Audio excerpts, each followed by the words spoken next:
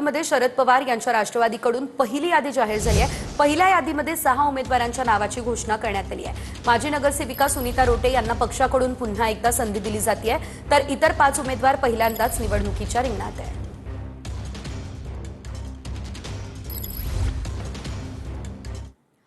मुंबई तोडू देणार नाही, 25 वर्षांपासून हेच वाक्य असं सामंतांनी म्हटलेलं आहे। ही मोठी बातमी समोर येते। तर मुंबई तोडू देणार नाही असं त्यांनी म्हटलेलं आहे। मुंबईबद्दल वाईट विचारांचा आम्ही देखील कडाडून विरोध करू असं सामंतांनी सांगितलं। मुंबईसाठी रस्त्यावर उतरू हीच शिंदेंची भूमिका असल्याचं सामंत म्हणाले। महायुतीचाच महापौर मुंबईमध्ये होईल असंही सामंतांनी म्हटलं। कोण देणार नाही, मुंबई तोडू देणार नाही, गद्दारांना गाडून टाकू, हे काय तुम्हाला नवीन आहे का? हे गेले 25 वर्ष हीच वाक्य आहे। कुठे कोण मुंबई तोडतंय, कोण मुंबई तोडणार आहे? आमच्या मुख्य नेते एकनाथ शिंदे साहेबांनी स्पष्ट सांगितलंय की ज्यावेळी अशा कोणाच्या मनामध्ये वाईट विचार मुंबईबद्दल येईल त्यावेळी आम्ही त्याला कडाडून विरोध करू आणि आम्ही देखील रस्त्यावर उतरू, ही आमची एकनाथ शिंदे साहेबांची भूमिका आहे।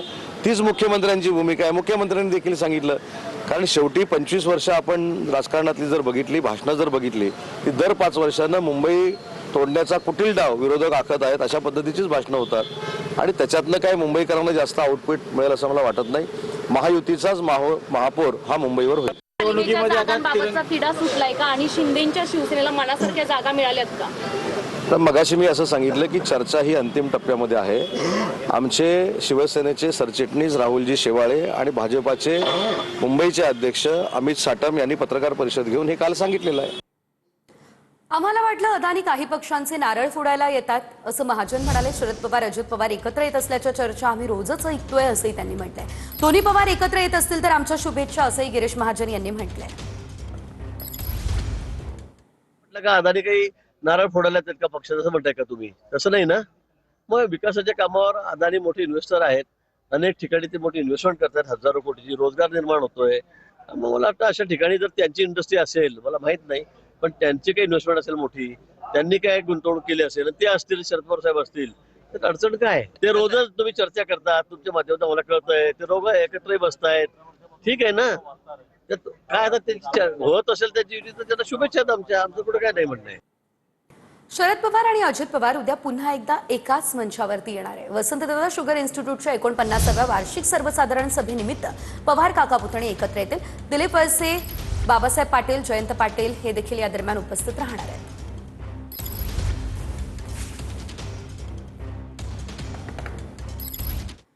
महत्वाची बातमी पुढे एक समोर येते। माजी महापौर मीनाक्षी शिंदे उपमुख्यमंत्री एकनाथ शिंदे यांची भेट घेण्यासाठी दाखल झाल्यात। उपमुख्यमंत्री शिंदेंच्या नंदनवनमधील निवासस्थानी मीनाक्षी शिंदे या पोहोचल्या। तर आपण पाहतो एकनाथ शिंदे यांची भेट घेण्यासाठी आता मीनाक्षी शिंदे या दाखल झालेल्या आहेत, ज्या की माजी महापौर आहेत आणि आता एकनाथ शिंदे यांच्यासोबत त्या चर्चा करणार आहे। आगामी महापालिका निवडणुकांच्या पार्श्वभूमीवरती ही भेट महत्वाची आहे।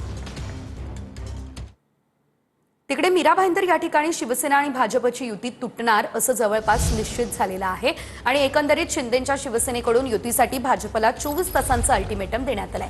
24 तासांमध्ये युतीबाबत बोलणी करा, अन्यथा आम्ही वेगळा निर्णय घेऊ असं सरनाईकांनी म्हटलं। शिंदेंच्या शिवसेनेच्या प्रताप सरनाईक यांच्याकडून भाजपला हा अल्टिमेटम देण्यात आला। मीरा भाईंदरमध्ये भाजप आणि शिवसेनेची युती तुटणार का हा सवाल आहे। मी सकाळी माननीय मुख्यमंत्र्यांना फोन करून सांगितलं की सर, मी सगळी जो चर्चा होती ती केलेली आहे।